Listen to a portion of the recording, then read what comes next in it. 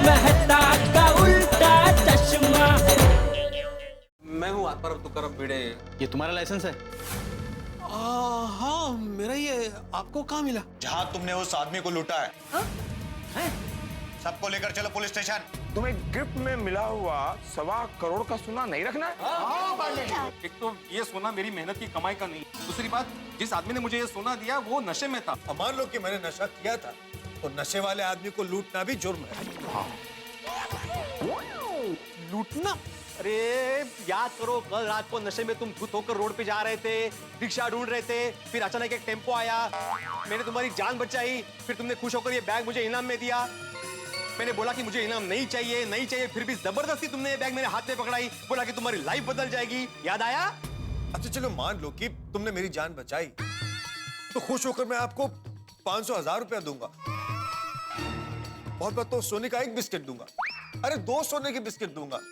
पूरा 1.25 करोड़ का सोना दे दो, उतना पागल लगता हूं मैं? 1.25 करोड़ नहीं, 1 करोड़ 35 लाख। आज का भाव 27,000 है। ओह, 1 करोड़ 35 लाख। सर, मुझे लगता है ये आदमी मनगढ़ंत कहानियां बनाकर आपको बहका रहा है। सर, इसी ने मुझे बेहोश करके मेरा सोने का बैग लूटा।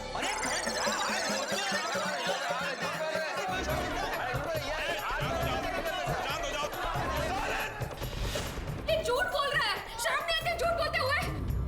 चलो पुलिस भाई से नहीं, माता जी से तो डरो। मेरे मासूम दोस्त को फंसा रहे हो? मैं वरिष्ठ पत्रकार हूँ, अपने अंतर्राष्ट्रीय अखबार तूफान एक्सप्रेस में तुम्हारे खिलाफ आर्टिकल लिख के तुम्हारी दुनिया हिला दूंगा। भाई साहब, आप बड़े मास्टर को क्यों फंसा रहे हैं?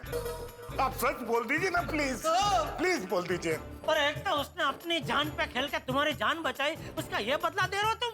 अरे जेठालाल, कल रात को जान बचाने के बाद ये आदमी मुझे भगवान भगवान बोल रहा था और अभी फंसा रहा है। देखिए मिस्टर धनराज, तुम झूठ क्यों बोल रहे हो? क्या बिगाड़ा है आत्माराम ने तुम्हारा? मैं कोई झूठ नहीं बोल रहा हूँ, झूठ तुम्हारा दोस्त बोल रहा है। ओए, तू झूठ बोल के मेरे सच्चे दोस्त आत्माराम तुकाराम भिड़े को झूठा बोल रहा है। कानून को अपने हाथ में मत लो। क्या हो रहा है ये सब? देखा सर, देखा आपने? आपकी हाजिरी में पुलिस स्टेशन के अंदर एक कंप्लेंट करने वाले पर हमला किया जा रहा है। सर, मेरी सेफ्टी अब आपके हाथ में है। Relax, you are safe. अगर तुम लोगों ने इसे नहीं रोका ना तो मैं तुम सबको अंदर कर दूंगा। You are safe. सर, यहाँ तो मैं सेफ हूँ, लेकिन बाहर का क्या? आप बाहर भी सेफ हैं। आप पुलिस स्टेशन के बाहर ही नहीं, पूरे देश में आप सुरक्षित हैं। और देखो, खबरदार तुम लोगों ने इनको धमकाया तो। और थोड़ी अगर तुमने कोई हाथापाई की ना तो भिड़े को तो बाद में सबसे पहले मैं तुम्हें अंदर करूंगा। जो भी करना है कानून के दायरे में रहकर करो ना भाई। Thank you so much. Thank you. अब मेरा बैग मिल जाएगा आपको, हम पर भरोसा रखना पड़ेगा। तो क्या है, पुलिस वाले को पहले सब ये रिपोर्ट बनाना पड़ेगा, तब जाकर हम आपको आपका बैग देंगे, ठीक है? ओके।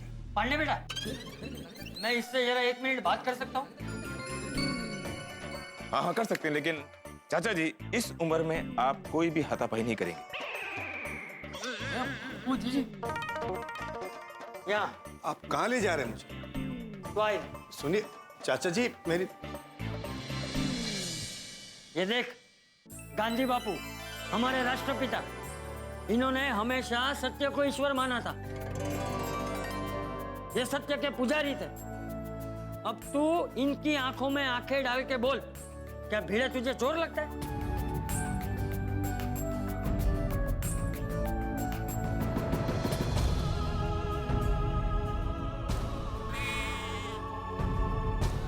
चाचा जी, मैं आपके सवाल का जवाब दूं उससे पहले आप मेरे एक सवाल का जवाब इनकी आंखों में आंखें डाल के दीजिए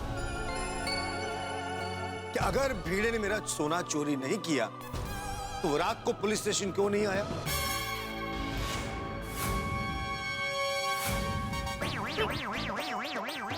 अरे मैं क्या कहना चाहता, समझ ही नहीं रहा है। अरे समझ ही नहीं रहा है। अरे इसे कोई समझाओ। मेरी बात सही कि ना? बताइए इंस्पेक्टर साहब, मेरा लॉजिक सही है ना? You're right. अरे ये तो रात को ही पुलिस स्टेशन जाने के लिए तैयार थे, लेकिन हमने इनको रोका कि अभी आधी रात होगी, अभी इतना सारा सोना लेके पुलिस स्टेशन जाना जोखिम है, तो अभी रात को सो जा, सुबह उठकर हम सब साथ में जाएंगे पुलिस स्टेशन। सर ये सब मिले हुए हैं। अगर आप इनके साथ मिले हुए नहीं हैं तो इन्हें सबक सिखाओ। मतलब इन्हें ऐसा सबक सिखाओ कि सर आज के बाद कोई दूसरा ऐसा करने की हिम्मत न करे। अरे एक घोटाला पंडित जी, ये इन्हें फंसा रहा है। मैडम मैं इनको जानता तक नहीं हूं तो इनको फंसाऊंगा कैसे? पंडित जी आप तो इन्हें जानते हैं ना?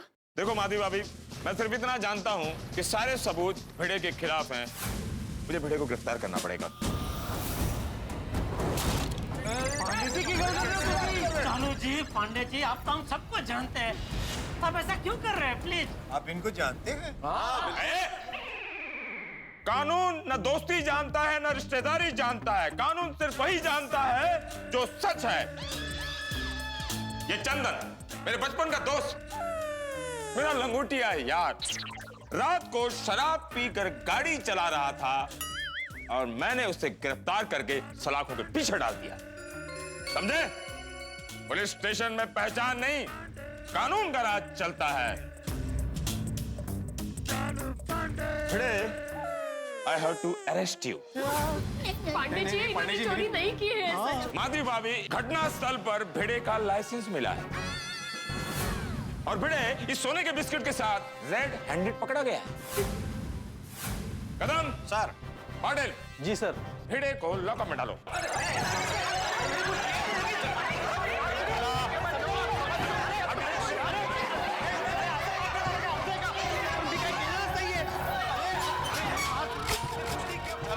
सुनिए सुनिए सुनिए, शांत हो जाइए, शांत हो जाइए। I am pure vegetarian. Vegetarian? अरे मच्छी मार्केट बना दिया, मैं तो प्योर वेजिटेरियन हूँ ना। पंडित जी इन्होंने कुछ नहीं किया है, वो आदमी इनको फंसा रहा है। प्लीज आप माधवी भाभी आप रोइए मत और आप बिल्कुल चिंता मत कीजिए। हम एक अच्छे से वकील का इंतजाम करते हैं और भिड़े की बेल करवा देंगे हम लोग। करना ही पड़ेगा। देखिए मेहता जी, आज सैटरडे है, कल संडे है, 2 दिन तो कोर्ट बंद रहेगा। अब 2 दिन तक तो इनको बेल नहीं मिल सकती। अरे बाप रे।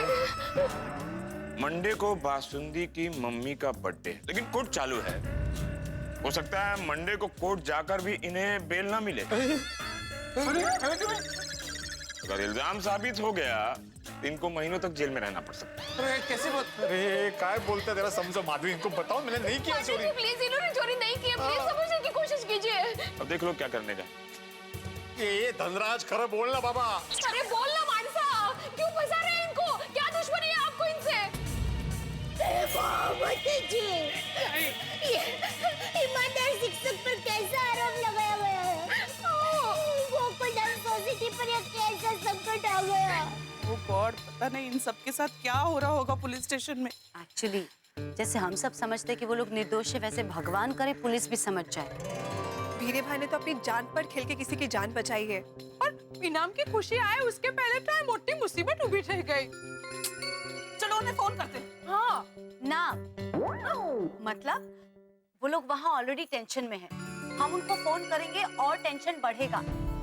इससे अच्छा है कि हम उनके फोन का इंतजार करते हैं। हाँ बेटा, वो लोग साथ में है ना, तो मिलकर सब कुछ संभालेंगे, आई एम श्योर। भिड़े सच में तेरी किस्मत ही खराब है। पता नहीं चल रहा है कि शनिवार को और रविवार को कोर्ट बंद क्यों होती है? हाँ, ये सब सोमवार को क्यों नहीं हुआ? अरे सोडी, अभी ये सब सोच के क्या फायदा भाई? वैसे तो हम ये भी सोच सकते हैं कि ये हादसा हुआ ही नहीं होता तो अभी हम सब है ना मजे से घर पे होते। क्यों, तू दुकान नहीं जाता? नहीं, मैं तो दुकान जाता, लेकिन भिड़ा तो अभी घर पे होता ना, शांति से आराम से ऐसे। भिड़े, तुझे रात को पार्टी से पेमेंट लेने जाने की जरूरत क्या थी? ये लो बोलो, उस दिन सोडा पीते पीते तुमने तो इसको उकसाया था कि जाओ अभी कभी जाओ और पैसे मांगो, और अभी बोल रहे कि क्यों गया? मैंने नहीं बोला था भाई, वो तो सोडी ने बोला था कि अभी क्या भी जाओ। हाँ मैंने बोला था, पर आइडिया तो तुम्हारा था जेठापरा, कि अभी की अभी पार्टी के पास जाओ तो पार्टी शर्म के मारे पैसे दे देगी। मैंने आइडिया दिया था, लेकिन सबने हामी भरी थी ना, सब फिर हाँ बोल रहे थे। सही बात।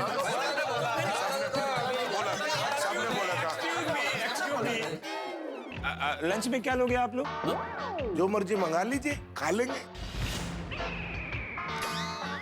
हाथी भाई, यहाँ भीड़े अंदर बंद है, ऐसे में हम कैसे खा सकते हैं यहाँ? सॉरी सॉरी, नहीं नहीं, रहने दीजिए पांडे जी, फिर कभी। क्या फिर कभी? रेस्टोरेंट समझ के रखा है क्या? व्यंग को भी नहीं समझते। हाँ? सॉरी पांडे जी, बचपन से घर में व्यंजन के संस्कार मिले हैं, व्यंग के नहीं, इसलिए सॉरी सॉरी। अरे मैंने व्यंग इसलिए किया कि आप लोग यहाँ ऐसी बातें करते रहोगे ना, इसको बेल नहीं मिलेगी और इसकी हालत बैल जैसी हो जाएगी। बाहर जाओ, कोई अच्छा वकील ढूंढो। नहीं नहीं, बिल्कुल, थैंक यू चालू जी, पांडे जी, थैंक यू। भिड़े तो बिल्कुल चिंता मत करना, हम तुझे छुड़वा के ही रहेंगे। हाँ बेटा, जब तक तू नहीं छूटेगा हम चैन से नहीं बैठेंगे। अब भिड़े, हम सिर्फ तुम्हें छुड़ाएंगे नहीं, तुम्हारे साफ दामन पे जो दाग लगा है उसे मिटा के रहेंगे और तुम्हें बेकसूर साबित करेंगे। अब तुम्हारा आत्मसम्मान हमारा आत्मसम्मान। और तू एक सच्चा और ईमानदार शिक्षक है, ये सूरज की रोशनी की तरह चमकता हुआ सत्य है, जो झूठ के बादलों को दूर करके सबके सामने आकर ही रहेगा।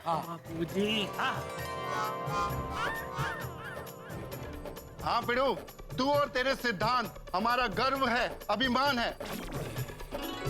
और मुझे मेरे वाहिगुरु जी पे भरोसा है, और यही भरोसा मुझे कहता है तू सच्चा है। ये खुद धनराज आके तेरे को कहेगा, देखना।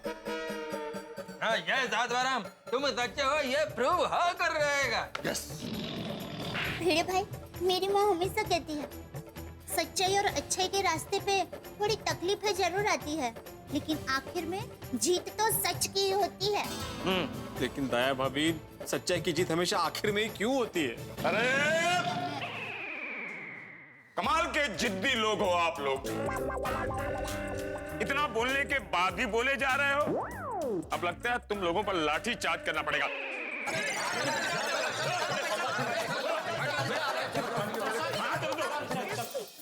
चलिए। नहीं, मैं इनको ऐसे हाल में छोड़कर नहीं आ सकती हूँ।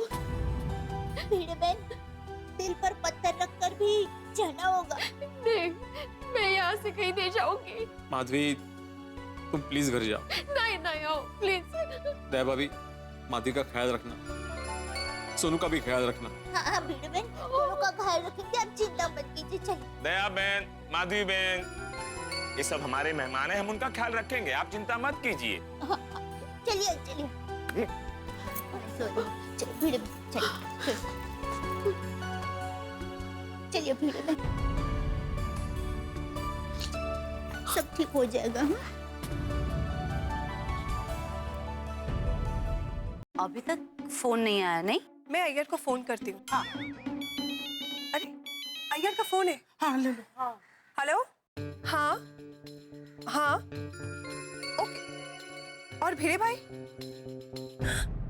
What?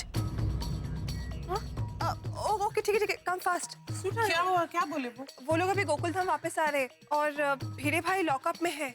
Hi hi, lockup? Oh God, वो टप्पू से ना आ गई। अब हम बच्चों को क्या बताएंगे? नहीं, कुछ नहीं बताएंगे, हम बच्चों को फिलहाल कुछ नहीं बताएंगे। हाँ, टप्पू से ना सवाल तो करेगी, हम लोग उन्हें झूठ बोलेंगे। हाँ, पर फिर भी हम लोग अभी उनको कुछ नहीं बताएंगे, उनको बेकार में टेंशन हो जाएगा। हाँ, ये सही वक्त नहीं है। हाय हाय हाय हाय।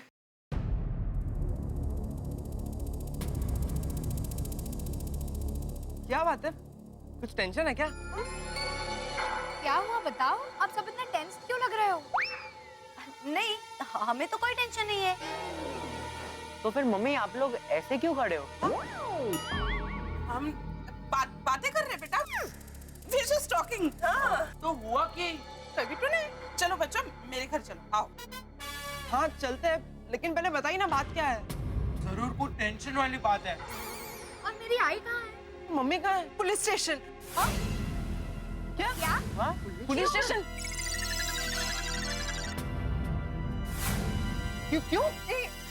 स्टेशन में है। स्टेशन रोशन भाभी? स्टेशन? हाँ स्टेशन। पर क्यों स्टेशन? कोई आया है क्या? नहीं सोनू, जरूर ये लोग हमसे कुछ छुपा रहे हैं। प्लीज बताइए ना बात क्या है। जरूर कोई बड़ी मुसीबत है। कुछ नहीं हुआ है।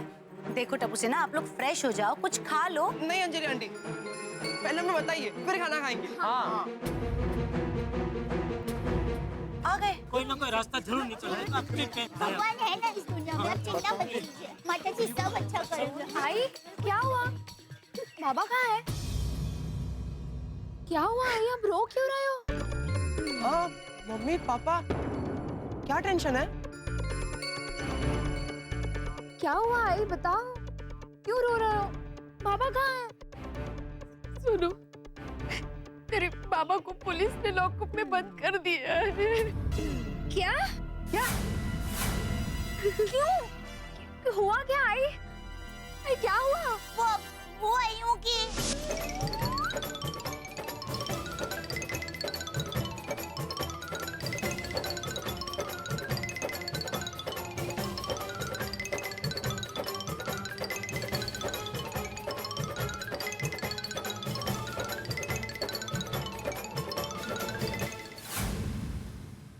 और जिस आदमी ने भिड़े भाई को इनाम दिया, उसी आदमी ने भिड़े भाई पे इतना बड़ा इल्जाम लगा। कैसे हो गया? बाबा के साथ इतना कुछ हो गया और मुझे पता भी नहीं है। सोनू सोनू बेटा, तेरे बाबा बेकसूर है, वो जल्दी छूट जाएंगे बेटा, तू चिंता मत कर।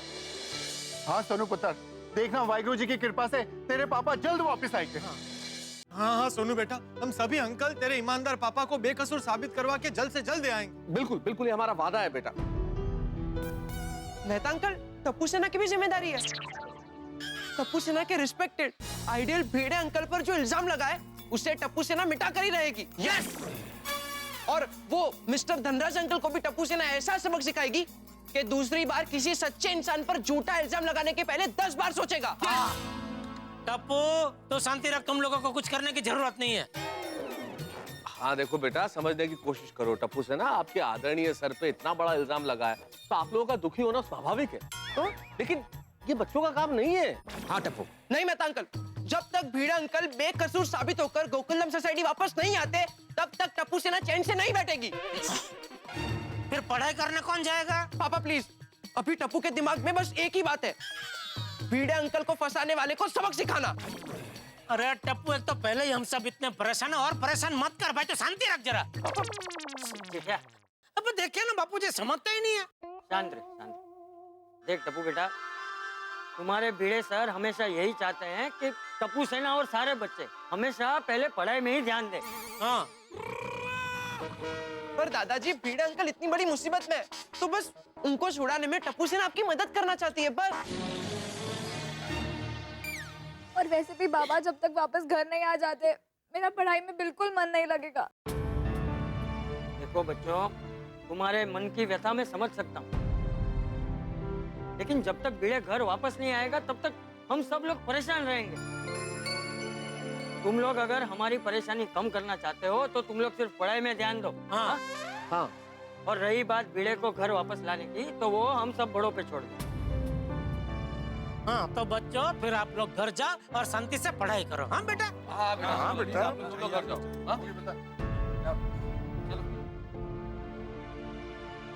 बहनों, आप सभी घर जाइए, हम भिड़े को छुड़वाने के बारे में कुछ सोचते हैं। बापू जी, आप भी घर जाइए, आप भी सुबह से परेशान हो रहे हैं। हाँ। और दया, तू जरा माधवी बापी और सोनू को जरा घर लेके जा, उनके साथ रहना, जरा सांत्वन देना, जरा बहुत। हाँ?